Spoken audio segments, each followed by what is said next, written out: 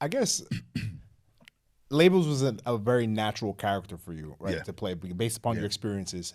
Growing up, did you see anybody that you resonated with on television and the entertainment industry?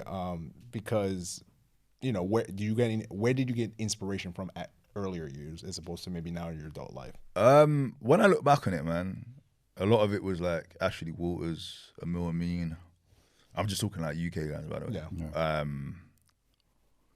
Do you know what? Yeah, like my earliest memories of like UK urban films were like Bullet Boys, Killerhood, Adulthood. Okay. You know what I mean? And those guys, a lot of those guys, the Ashley Waters is, the Chucky Venns, the Richard Blackwoods, actually, yeah, those guys kind of. I mean, Those are the guys who made you Femi, feel seen. yeah, I'm assuming, Femi right? Oyeniran, like some of them I know personally. Those guys are the guys that were the guys and still are the fucking guys, if I'm honest. Yeah. There's a couple of people I probably missed out, but yeah, man. So we done. Was that Yeah. was that ever a thing as far as like going into that industry, as far as black representation? You even said it like, in school, there was only three Oh, black guys. Ashley Thomas as well. Yeah. Amazing. His rapper name is Bashi. He just dropped an album. Actually, the album's incredible. But Okay. yeah, a lot of my earlier years on the circuit was doing extra work, and I've done a bit of extra work, and Bashi was on a couple of those projects. My boy Arnold Ocheng. Do you know what I mean? So it's just like most things I've done. To be fair, yeah, like I'd say 95% of the work I've done has been like black orientated. You know what Yeah. I mean, so a lot of the short films I've done in between No ID, YOLO Therapy, Illegal Activity, 50 Shades of Tanisha. Am I missing anything? I feel like I probably missed out a couple of bits, but like, I've done another short film called Melody. I've done about 6 or 7 short films, plus a bunch of music videos for like different artists. A lot of it was like black directors, So Oh, okay. Sebastian Till, Sanchez Brown, Terrence A. Millsy, Magagi. I feel like I'm saying his name wrong. His name's Mo Visuals, but he's dope. Daniel Bailey, a lot of the Emil Terrence who created No ID. All these guys are all black guys. Okay. You know what I mean, Okay. so Okay. and I didn't do these projects because they were black. The projects were literally dope projects, you know what I mean? Yeah. But they just happened to be by young black directors. Okay. You know what I Okay. mean? So Okay. yeah. So You never really felt that where there's a ceiling or you're trying to go for certain roles and it's like, damn. Nah, man. limited. I've not fully played a street character, if you get what I'm saying. Yeah. Right. Yeah. In none of my roles have I backed out a gun and started shooting. Yeah. Like yeah. all of my roles have been like I've either played a nerd that's tried to be street, or he's street but he's a joke man. You know what I mean? Yeah, like he's not. He's a joker. He's not. You can't take him Yeah. serious. Like you're not gonna take labels serious because he's not like that. Yeah. You know, he ends up getting with. If like yeah, I'll send it to you guys. But he ends up getting with his best friend's ex.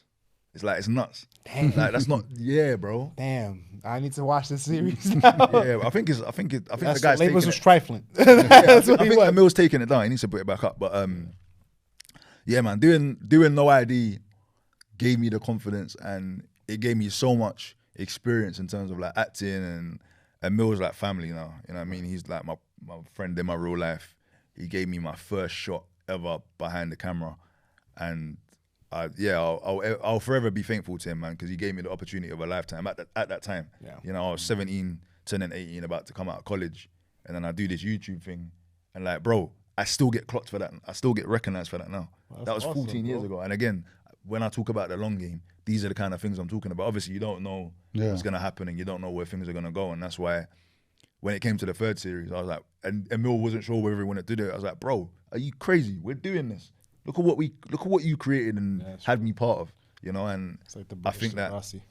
with all this social media stuff now, it's easy for people to get caught up in the hype. But I feel like people need to do their research, bro, and Yeah. and tap into what it was before. And I think again, it gave me confidence because it allowed me to travel to different areas I'd never been to before. We filmed in a place called Kingston in Surrey. We filmed in like Stratford. Obviously, I'd been to Stratford plenty of times, but like I'd never had reason to go there until I was filming No ID. You know what I mean? We filmed in a place called like Stevenage, Hatfield, which is like out of London. We went to so many different areas. We never had filming permission. It was whack out our camera, read the script, and just do it there and then. Like, it was madness. Talk about And we done it with no money. Budget. We done it with no money, bro. Like, Damn. there would be times where we'll film from 7 p.m., 6 p.m., and we know that we missed the train or something. So we just camp out wherever and just go wherever and just chill for the whole night and just get night buses home. Bro, it was nuts. Yeah. Like, there were times where we'd film in Kingston. Bro, I'm having to get 4 buses home, 3 buses home. Bro, it was nuts. It was crazy. Crazy. It's And crazy, you didn't bro. get But paid. I wouldn't take none of that back for not. Like, those were the best times. Yeah. Those times were the best times, bro. Yeah. Because it's just like we're all here doing something out of love. That you love, yeah. And Love and passion. yeah, man. So you didn't get paid for this at all. This was all for the No, resume. no ID. I did not receive a penny. The first paid acting gig I ever got was in 2017. Wow. 2017. So from And that was for the Intent 2. Intent 2. Yeah. Wow. So that 7 years and you were basically didn't. Yeah, obviously act- I had jobs. and You had stuff. jobs. Yeah, No, yeah, it said yeah. 7, you had jobs, but you weren't getting paid for that, basically. No, I won't get paid for the acting. No. Wow. That's the long game for sure. But now look at you, man. You I'm on- trying. We're trying. You were trying here. trying, and man. did you ever what was your experience with I guess I want to call it British Hollywood. Like, did you ever feel like you were typecast, or did you feel like you had the same opportunities like maybe non-POC or white actors? If you have to like give I was your own- typecast. Not really, man. Okay. Because I haven't hit mainstream TV. Okay. I haven't hit, like, I'm not in any of the Top Boys. I'm not in Super, so I'm not in any of these things. You know what I'm saying? A lot of people that I know are in these things and they're killing it. They're smashing it. Right. You know what I mean? But I don't feel like I've been typecast. I just feel like I haven't had my moment yet. Like I've arrived moment. I feel like I've done a bunch of things that have led me up until the point I'm at. And it's easy to feel disheartened when you see people come into the game and they just quote unquote fly past you, but that's their moment. That's their time. Do you know what I'm saying? Yeah. God is not gonna put something in front of me that I can't handle. You know what I mean? Again, acting is something that you can kind of blow up at any time. Yeah. You know what I mean? I think like rapping, trying to start a rap career at 40, I don't know. It's a bit nuts, innit? Yeah. You can do it though. I think it's Could do it though. Wait, Hope did it. Talking about Hope started rapping at like 30 something. He was He's like, huge. Yeah, but Rapping when we people were need to selling stop crack, using it as bro. a benchmark because, bro, the success rates are way younger now.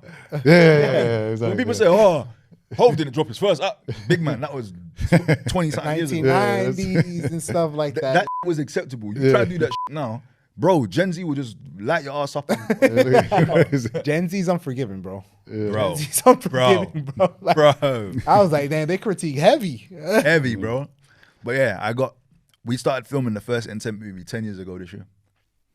10 years ago this year, yeah. 2014, we started filming it, and then we released it 2016. How did that opportunity come about? Because I actually watched the movie. It's actually good, Mike. You should watch it. Yeah. So I, as a young actor, I used to go everywhere and just try and make connections and try and make my own way, man. I didn't have a blueprint, you know what I mean? So I saw Femi, who's one of the writers, directors of the Intent, Femi Oyeniran. That's like the big homie, man. That's like big bro, you know? And he was in a film called Kidulthood, which is a classic here. That's like what Boys in Hood is to LA. Okay. What's it called? Kidulthood. Kilohood? Kidulthood. So there's two of them, Kidulthood and Adulthood. Oh, okay. And Femi played a character called Mooney. And the first time I met him, I was about 18, 19, and I saw him and I ran up to him and I was like, "What? Femi, innit? Hey, my name's Nathan Hector, I'm an actor. Wagwan, bro, you good, yeah?" And just kind of just was bare in his face, bro. And he was just, he's told me, he was like, I was just thinking, bro, who is this kid? And then I kept seeing him. Yeah. You know what I mean? I've just been, Banging on the door, man. yeah, That's bro, it. banging on the doors, bro. And like, I just wouldn't go away kind of thing. And then Nikki Slimting is like the other half of the Intent, and our brother Victor as well, R.I.P. Victor.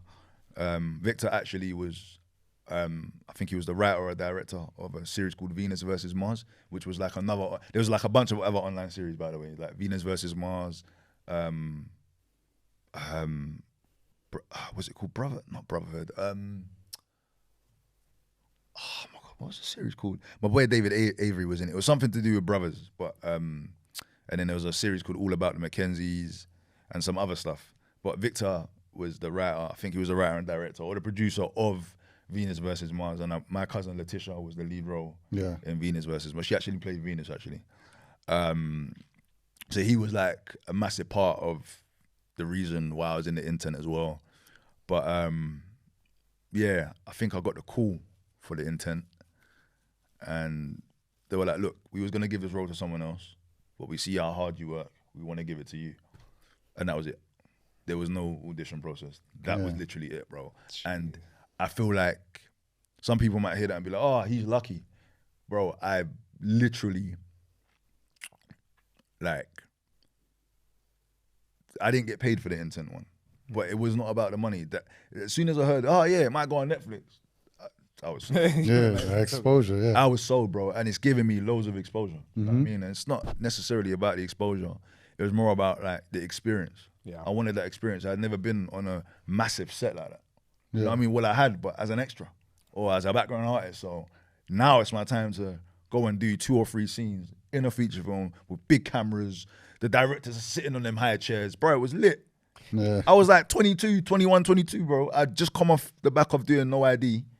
Bro, I need to do this. Why wouldn't I not? Yeah. How did you feel? Were you a little nervous? Like what? No, you weren't? No, I was like, but I'm meant to be here, bro. I was like, yo, I was meant to be here. Yeah. Like, for sure. No, that's good, man. It felt like, I feel like when you prepare for a moment and when you get to the moment, you're either going to be nervous because like, wow, you don't know how to handle it. You're going to be like similar to you. You're going to be like, I got this. I'm ready for this. What's that thing called? Imposter syndrome. Yes. I've had that a few times. I won't lie. I've had it. I think we all. But I think the nerves is natural. It lets you know like you're in the moment. I think Andre 3000 says something like that. Like he still gets nervous when he plays in front of a big stage and all that. And it's just less. It's hard not to because you care. You care, and they want you to do well, and you want them to want you to do well. Yeah, and you want to do well for yourself ultimately. Exactly. Right at the end of the day. But yeah, man, Intent was dope.